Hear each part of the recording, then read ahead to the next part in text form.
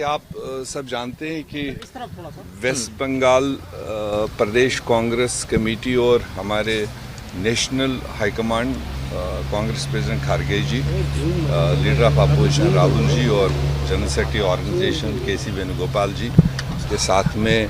पिछले हफ्ते से 2 बार मीटिंग लगी थी, बट किसी वजह से वो पार्लियामेंट की बिजी शेड्यूल की वजह से नहीं हो पाई थी। बट आज 1-2 घंटे उसमें वेस्ट बंगाल सीनियर लीडर्स के साथ में इंटरेक्शन हुआ, जिसमें हमारे फॉर्मर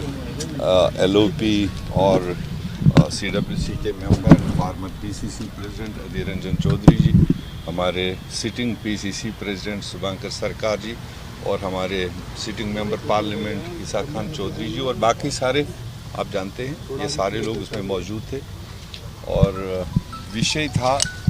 कि वेस्ट बंगाल में आने वाले चुनाव में पार्टी लीडर्स का क्या व्यू है,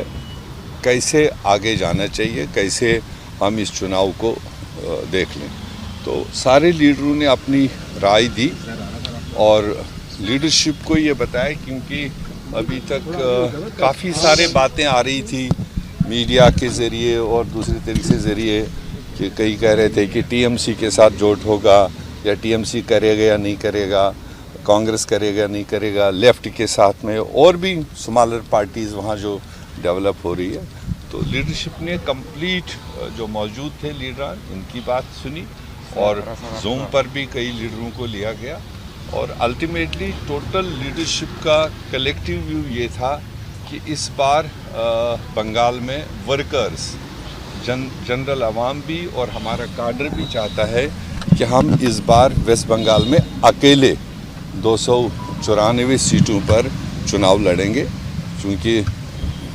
ये इत्तेहाद जोट करने से कभी लेफ्ट कभी दूसरी पार्टी, उसकी वजह से कहीं ना कहीं नीचे हमारा जो काडर है, जो फ्लैग बियरर है,